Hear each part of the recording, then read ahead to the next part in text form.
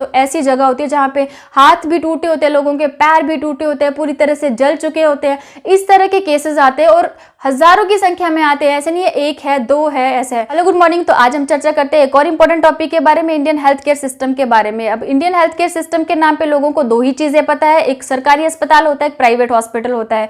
तो private hospital में बहुत ज्यादा पैसे खर्च होते हैं लेकिन आसानी से ट्रीटमेंट हो जाता है, और सरकारी हॉस्पिटल में बहुत लंबी लंबी लाइन लगी रहती है लेकिन कम पैसों में या मुफ्त में इलाज हो जाता है, बस इतना ही। लेकिन नहीं, इससे भी बहुत ज्यादा है इंडियन हेल्थ केयर सिस्टम, जिसके बारे में हमें जानने की जरूरत है। अब क्यों जरूरत है? देखिए, आपने एक बहुत फेमस कहावत तो सुनी ही होगी कि स्कूल और किताबें ही इंसान को सब कुछ नहीं सिखाती हैं, खाली जेब और खाली पेट भी बहुत कुछ सिखा देते हैं, लेकिन बुरी सेहत इंसान को बहुत कुछ सिखा देती है। अगर एक महीना या एक हफ्ता आप बेड पे पड़े हुए हैं तो कितनी ही लाचारी और कितनी मजबूरी का सामना करना पड़ता है, इंसान को पूरी तरह से डिपेंडेंट हो जाता है। तो अच्छी सेहत लेने के लिए आपको इस इंफॉर्मेशन की बहुत जरूरत है। तो खुद भी इस वीडियो को शेयर कीजिए, सब्सक्राइब कीजिए चैनल को, और सब तक ये इन्फॉर्मेशन पहुंचाइए ताकि सब लोग जो वो एक अच्छी सेहत पा सके। तो अब इंडियन हेल्थ केयर सिस्टम की बात करें तो सबसे पहले आता है उनमें हॉस्पिटल्स। हॉस्पिटल के बारे में सबको ही पता है कि हॉस्पिटल होते हैं। अब कब किस हॉस्पिटल में जाना चाहिए वो नहीं पता है। थोड़ा सा मतलब जुकाम बुखार है तो वो चले जाते हैं बड़े टर्शरी केयर हॉस्पिटल में, ठीक है, वहां पे उनको लंबी लंबी लाइन में लगना पड़ता है और तब तक उनका क्या तीसरे दिन तक उनका नंबर आता है, तब तक जुकाम बुखार भी ठीक हो जाता है उनका, तब फिर कोई जरूरत ही नहीं पड़ती दवाई की। लेकिन क्या वहां पे टाइम वेस्ट करते हैं। तो कब उनको बड़े हॉस्पिटल में जाना है, कब वो आसपास छोटे हॉस्पिटल से ट्रीटमेंट ले सकते हैं और कौन कौन सी फैसिलिटीज उनको छोटे हॉस्पिटल में दी जाती है, तो वो सब हम डिस्कस करने वाले हैं यहाँ पे। तो वीडियो को लास्ट तक आप बने रहिए, वीडियो में आपको बहुत कुछ जानने को मिलेगा। इंडियन हेल्थ केयर सिस्टम कुछ इस तरह का है। पब्लिक हॉस्पिटल हमें दिए जाते हैं। पब्लिक मतलब कि सरकार के द्वारा जो जनता के लिए हॉस्पिटल बनाए गए हैं वो हॉस्पिटल, कुछ प्राइवेट हॉस्पिटल होते हैं और कुछ होते हैं इंडिजिनियस सिस्टम हॉस्पिटल का, जिसपे कि हमारी जनता को विश्वास है ही नहीं, क्योंकि वो आयुर्वेदिक होता है और लंबा टाइम लगता है ट्रीटमेंट में, इसके बीमारी को ठीक करने में। लेकिन लोगों को तो एकदम से चीजें चाहिए, इसके साइड इफेक्ट कम होते हैं आयुर्वेदा में लेकिन टाइम थोड़ा ज्यादा लगता है, तो इसकी तरफ तो जाते ही नहीं है लोग। तो अब बात कर लेते हैं पब्लिक हॉस्पिटल। अब इनके बारे में बात करने से पहले थोड़ा सा यहाँ पे आ जाइए, मैं आपको हॉस्पिटल के लेवल बता दूं कि प्राइमरी, सेकेंडरी और टर्शरी लेवल, मतलब प्राथमिक लेवल, सबसे पहले लेवल पे हॉस्पिटल आता है प्राइमरी हेल्थ सेंटर या फिर सब सेंटर। ये जो होते हैं आपके घर के आसपास ही होते हैं, गांव में या फिर आपके नियर बाय ही होते हैं, और छोटा सा हॉस्पिटल होता है, बहुत बड़ा हॉस्पिटल नहीं होता है, छोटी सी सेटिंग होती है जहाँ पे बिल्कुल बेसिक लेवल की दवाइयाँ दी जाती है, बच्चों का टीकाकरण किया जाता है। अगर यहाँ पे चीजें ठीक नहीं होती है आपको तो सेकेंडरी लेवल में भेजा जाता है, द्वितीय लेवल में भेजा जाता है जहाँ पे कम्युनिटी हेल्थ सेंटर आता है।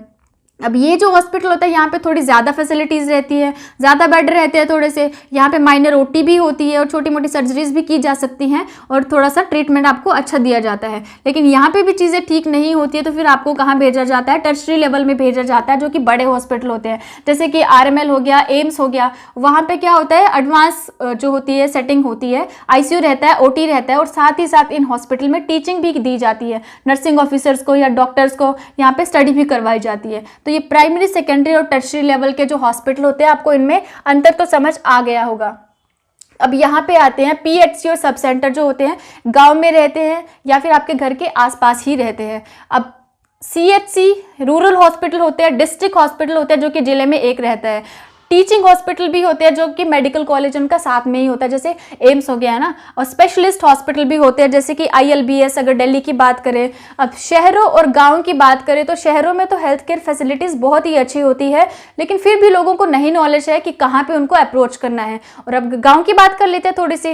अब देखिए, गांव में क्या होता है ना कि लोग जो होते हैं इतना दूर दूर होते हैं, उनको और इतना अनएजुकेटेड तो नहीं बोलेंगे लेकिन अनइंफॉर्मेटिव जरूर है, उनको इन्फॉर्मेशन ही नहीं है कि क्या चीज़ें हैं गवर्नमेंट द्वारा प्रोवाइड की जा रही है लोगों को।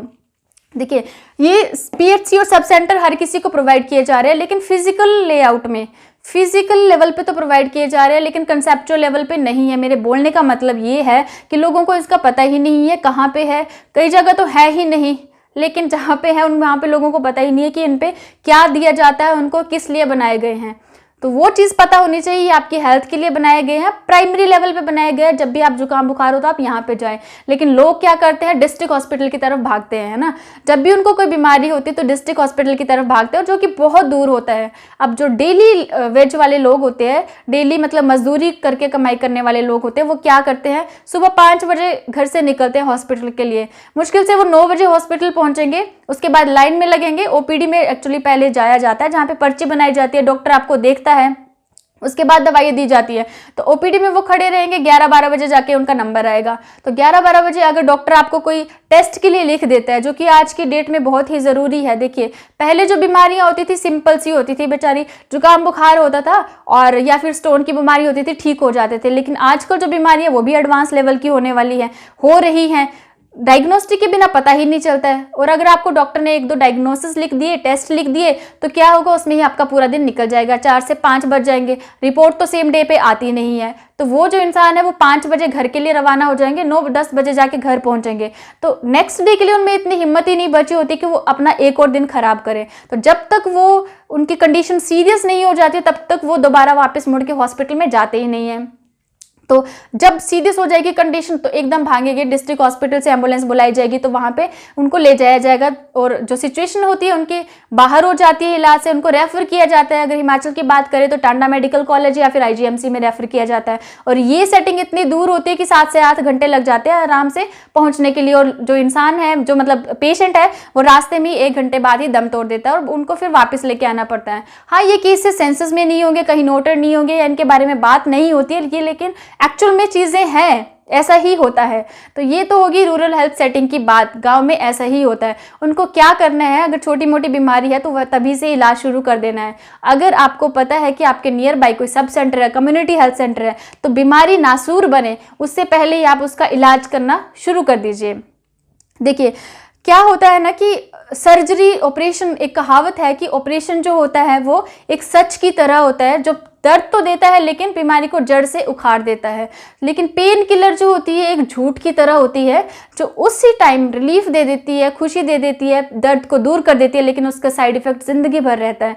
लेकिन इंसान क्या करता है, वो हमेशा झूठ की तरफ ही जाना चाहता है। तो हमारी जो जिंदगी है एक तरह का झूठ है, मौत जो है वो सच है, बिल्कुल एक दिन आनी ही है, लेकिन इंसान हमेशा उससे बचना चाहता है, दूर करना चाहता है और जिंदगी के कुछ और पल जीना चाहता है। तो वो कैसे पॉसिबल है सेहत के साथ? तो वो हॉस्पिटल में उसी चीज़ के लिए आता है, हॉस्पिटल में आता है, लेकिन हॉस्पिटल का पता ही नहीं है क्या करना है, कहाँ जाना है। अब शहरों की बात करें तो क्या रहता है, आपके जो हॉस्पिटल्स होते हैं घर के पास, हर एक घर के पास थोड़े छोटे मोटे क्लिनिक होते ही हैं, सरकारी भी होते हैं, सीएचसी वगैरह भी होते हैं, लेकिन लोग उनको छोड़ के क्या करते हैं, बड़े बड़े जो हॉस्पिटल्स होते हैं उनमें पहुँच जाते हैं। जुकाम बुखार होता है, आप उधर पहुँच गए हो। अब यहाँ के हॉस्पिटल का क्या हाल है, मैं आपको अगर बात करूँ तो पहले जो होता है उनको पर्ची कटवानी पड़ती है, ओपीडी में जाना पड़ता है, डॉक्टर को दिखाना पड़ता है। तो लोग ना बोरिया बिस्तर लेके 4 से 5 बजे ही शुरू हो जाते हैं, सुबह के 5 बजे लाइन लग जाती है इतनी लंबी लंबी, और वो बाहर रोड तक लाइन लगी होती है। ठीक है, 9 बजे तक उनका नंबर आता है, डॉक्टर को दिखाते हैं और डॉक्टर उनको पैरासीटामोल लिख के वापस भेज देते हैं। तो ये तो कोई बात नहीं है कि आपने इतना टाइम वेस्ट किया और वही सेम ट्रीटमेंट आपको नियर बाई किसी क्लिनिक में भी मिल जाता। लेकिन आपको कोई ज़्यादा बड़ी बीमारी है या वहाँ से ठीक नहीं हो रही है, तब आपको जाना चाहिए बड़े हॉस्पिटल में। अदर आप जो ट्रीटमेंट है अदरवाइज आप छोटे हॉस्पिटल से ले सकते हो। अब बात करते हैं अगर डिस्ट्रिक्ट या फिर बड़े हॉस्पिटल्स की, तो क्या रहता है, उनमें सारी फैसिलिटीज़ रहती है। जैसे कि एम्स की बात कर ले तो उसमें ओटी भी होती है, स्पेशल आईसीयू केयर भी होती है, ओपीडीज़ भी रहती है। पहले आपको ओपीडीज़ में देखा जाता है। अब इसमें कौन कौन से डिपार्टमेंट होते हैं हॉस्पिटल में, कहाँ किसको जाना चाहिए, उसमें मैं नेक्स्ट वीडियो में, इसका जो पार्ट 2 आएगा उसमें हम डिस्कस करेंगे। लेकिन अभी हम सिर्फ हॉस्पिटल के बारे में डिस्कस करते हैं। तो जब भी हॉस्पिटल जाना होता है आपको, ऐसा नहीं है कि आप परेशान हो रहे हो, उठा के लेके जा रहे हो। 108 नंबर हॉस्पिटल के लिए जो एम्बुलेंस है आपकी सरकार ने प्रोवाइड की हुई है, आपको उस पर कॉल करना होता है, वो आपको लेके जाते हैं। बहुत ही सीरियस कंडीशन हो जाती है तब नहीं जाना, लेकिन जब भी आपको लगे कि बीमारी ऐसी स्टेज पे पहुंच रही है जहां पे आपको दिक्कत हो रही है, आपको कंफर्म करना है, कंसल्ट करना है डॉक्टर को, ठीक है। और उसके बाद अगर हम बात करें तो जब भी हम हॉस्पिटल में पहुंचते हैं एक इमरजेंसी का एरिया आता है। इमरजेंसी ऐसा एरिया आता है, गवर्नमेंट हॉस्पिटल की इमरजेंसी की अगर हम बात करें तो ऐसी जगह होती है जहाँ पे हाथ भी टूटे होते हैं लोगों के, पैर भी टूटे होते हैं, पूरी तरह से जल चुके होते हैं, इस तरह के केसेस आते हैं। और हजारों की संख्या में आते हैं, ऐसे नहीं है एक है दो है ऐसे है। लेकिन जब भी आप हॉस्पिटल जा रहे हैं थोड़ा गूगल करके जाइए, किसी मॉल में जाते हैं, मूवी देखने जाते हैं तो सब आप उसके रिव्यूज देख के जाते हो, सब चीजें करके जाते हो। हॉस्पिटल में जा रहे हो, आप किस तरह का माहौल मिलेगा, आपको जाना कहाँ है, वो चीजें देख के जाइए। आजकल के युवा की मैं बात करूं तो वो डिजिटल डिबेट में या फिर डिजिटल कमेंटिंग में ज्यादा इन्वॉल्व रहते हैं, लेकिन रियल लाइफ में उनको बिल्कुल डेयर नहीं है, या इन्फॉर्मेशन बोल सकते हैं कि इन्फॉर्मेशन नहीं है कि किस तरह से वो अपनी हेल्थ सीख कर सकते हैं, कैसे अथॉरिटी से आप ले सकते हैं, उन चीज़ों को जान सकते हैं। तो उसकी ज़रूरत है, क्योंकि आपके घर के जो बड़े बुजुर्ग हैं वो भी आप पे डिपेंड रहते हैं। देखा होगा आपने, जो दादा दादी है या पेरेंट्स हैं वो इतने कॉन्फिडेंट नहीं होते, या उनको इतना नॉलेज नहीं है कि कहाँ जाना है, और आपके बिना वो कभी हॉस्पिटल नहीं जाएंगे। मैं तो कह रही हूँ कि मेरे बिना मेरी फैमिली में मतलब मेरी मदर जो है वो कभी हॉस्पिटल नहीं जाएंगे जब तक मैं लेके नहीं जाऊँ। तो क्यों? क्योंकि उनको लैक ऑफ इन्फॉर्मेशन है, कॉन्फिडेंस नहीं है। तो अब हम लोगों को तो पता होना चाहिए, एक्चुअली आपको भी पता होना चाहिए। यंगस्टर जो उनको भी एक्चुअली पता नहीं है हॉस्पिटल में जाके कहाँ कन्फर्म करना है, क्या कहाँ पे ट्रीटमेंट मिलेगा, तो कौन कौन से सेक्शन रहते हैं, ओपीडी में क्या होता है, ब्लड सैंपल कहाँ पे होते हैं, इमरजेंसी में क्या होता है, वो थोड़ा देख के जाइए आप हॉस्पिटल में, ताकि आपके लिए भी इजी रहे और जो आपको हेल्थ प्रोवाइड करने वाले लोग हैं उनके लिए भी इजी रहे। अब देखिए इमरजेंसी का हाल मैं बता रही थी कि कैसा होता है। इस तरह के लोग होते हैं, हजारों की संख्या में होते हैं और बिल्कुल क्रिटिकल सिचुएशन वाले होते हैं। लेकिन अगर जो लोग पहले प्राइवेट से ट्रीटमेंट ले रहे थे जुकाम बुखार के लिए, उनको लगता है कि अब हमारा वहाँ पे बहुत पैसा खर्च हो रहा था, वो फिर कन्वर्ट कर लेते हैं, गवर्नमेंट हॉस्पिटल में आ जाते हैं और इमरजेंसी में जाते हैं, क्योंकि उनको लंबी लंबी लाइनों में 5 बजे उठ के भी लाइन में नहीं लगना होता है। तो अब वो इमरजेंसी में जाते हैं और वो एक्सपेक्ट करते हैं कि हमारे जुकाम बुखार का ट्रीटमेंट वहाँ पर किया जाए। अब आप खुद समझिए, जहाँ पे इतना क्रिटिकल, जो कि लाइफ से जूझ रहा है इंसान, मौत, जिंदगी और मौत के बीच में, उसको ट्रीटमेंट दिया जाएगा या पहले आपको दिया जाएगा। हॉस्पिटल में प्रायोरिटी नाम का एक शब्द होता है, प्रायोरिटी। तो प्रायोरिटी वाइज केयर दी जाती है, जिसको मतलब कि बहुत ज़्यादा केयर की ज़रूरत होती है, पहले उसको दिया जाता है, फिर आपको देखा जाता है। सरकारी हॉस्पिटल की मैं बात कर रही हूँ, वहाँ पे ऐसा होता है। जब भी आप हॉस्पिटल जा रहे हैं तो थोड़ा देख के जाइए आपको किस केयर की ज़रूरत है, किस लेवल की केयर की ज़रूरत है, आपको ओपीडी में जाना है या इमरजेंसी में जाना है। इससे क्या होगा, आपका भी टाइम सेव होगा और हेल्थ केयर सेटिंग पे भी ज़्यादा प्रेशर नहीं आएगा। अब हम बात करते हैं प्राइवेट हॉस्पिटल। तो प्राइवेट हॉस्पिटल में जी हाँ, बहुत बड़े बड़े हॉस्पिटल होते हैं, वहाँ पे आपको कुछ टाइम में ट्रीटमेंट मिल जाता है, लेकिन उसके लिए आपको एक्सपेंस भी बहुत ज़्यादा देना पड़ता है। बहुत अच्छे अच्छे हेल्थ केयर फैसिलिटीज़ है। अगर सिटीज़ की बात करें तो बहुत अच्छे अच्छे हॉस्पिटल्स होते हैं। आयुर्वेदा की बात करें तो आयुर्वेदिक जो ट्रीटमेंट होता है आजकल बहुत चल रहा है, जैसे आयुष में हो गया, तो बहुत अच्छा ट्रीटमेंट होता है, लेकिन इसमें आपको पेशेंस रखने की ज़रूरत होती है, लंबे टाइम का ट्रीटमेंट होता है। और बात करें विलेज लेवल की, देखिए गांव में क्या होता है ना कि इन्फॉर्मेशन नहीं होती है प्रॉपर्ली, लेकिन उनको इन्फॉर्म करने के लिए गवर्नमेंट ने क्या कुछ लोग सेटअप कर रखे हैं। विलेज हेल्थ गाइड होता है, विलेज हेल्थ गाइड होता है, जिससे आप इन्फॉर्मेशन ले सकते हो हेल्थ के बारे में, जो आपको हेल्थ एजुकेशन देने के लिए रिस्पॉन्सिबल होता है। लोकल दाइज वगैरह होती है, उनको भी ट्रेनिंग दी जाती है कि किस तरह से उनको डिलीवरीज करवानी है। तो मदर जो होती है ना, उनसे कंफर्म करे, कम्युनिकेट करे। बेसिकली प्रॉब्लम क्या होती है, कम्युनिकेट ही नहीं करते हैं, कम्युनिकेशन ही सबसे बड़ी प्रॉब्लम है। तो आपको बात करनी है, उनसे नॉलेज लेना है। आंगनवाड़ी वर्कर्स हो गए, बहुत सारे सेंसस के लिए, बहुत सारे डेटा के लिए, हेल्थ केयर सेटिंग के लिए ये आंगनवाड़ी वर्कर भी रिस्पॉन्सिबल होते हैं, उनको भी काफ़ी चीज़ें पता होती है, आप उनसे कंफर्म कर सकते हैं। और अभी तो हमारी गवर्नमेंट ने बहुत ही अच्छी चीज़ चलाई है, आशा। ठीक है, अब आशा जो वर्कर्स हैं उनकी कितनी रिस्पॉन्सिबल जॉब है, लाइक गांव में सबके घर में जाके एजुकेशन देना, सप्लाईज पहुंचाना, वो बहुत ही बेनिफिशियल है। लेकिन लोग उस चीज़ को समझे तो, लोगों को पता ही नहीं है वो किस चीज़ के लिए स्टार्ट की जाती हैं ये सब चीज़ें। तो ये सब चीज़ें आपको पता होनी चाहिए। अब देखिए कोई भी मदर है, प्रेग्नेंट है, किसी घर में कोई प्रॉब्लम है, ये सब जाके सेंसस कलेक्ट करते हैं, डाटा कलेक्ट करते हैं, और आपको बहुत बार बोलते भी होंगे कि आपको जाके हॉस्पिटल में दिखाना है। या ट्यूबरक्लोसिस के पेशेंट है तो उनको भी बोला जाता है, उनको भी दवाई दी जाती है, लेकिन लोग ही सीरियस नहीं लेते हैं अपनी हेल्थ को जब तक कि उनके जान पे न बनाए।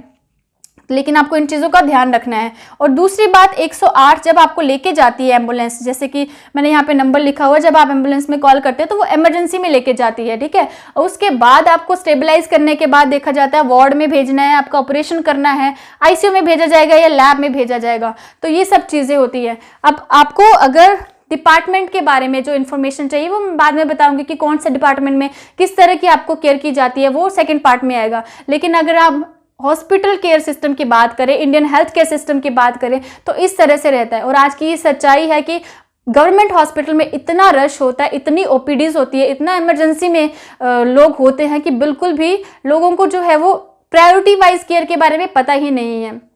अब देखिए, एकदम से आप चले जाते हैं बिना जुकाम बुखार के लिए वहां पे जा रहे हो, तो आपको उस तरह की केयर नहीं मिलेगी। तो आपको ये सब चीज़ें पता होनी चाहिए, आपको किस लेवल की केयर की ज़रूरत है, और वहीं पे आप जाके कंसल्ट कीजिए। और सेफ रहिए, दूसरों को भी सेफ रहिए, और इन्फॉर्मेटिव रहिए सबसे ज़्यादा तो, क्योंकि गवर्नमेंट जो है हमको आपके लिए बहुत कुछ कर रही है, और लेकिन आपको भी रेडी रहना चाहिए उस चीज़ को रिसीव करने के लिए। So thank you so much.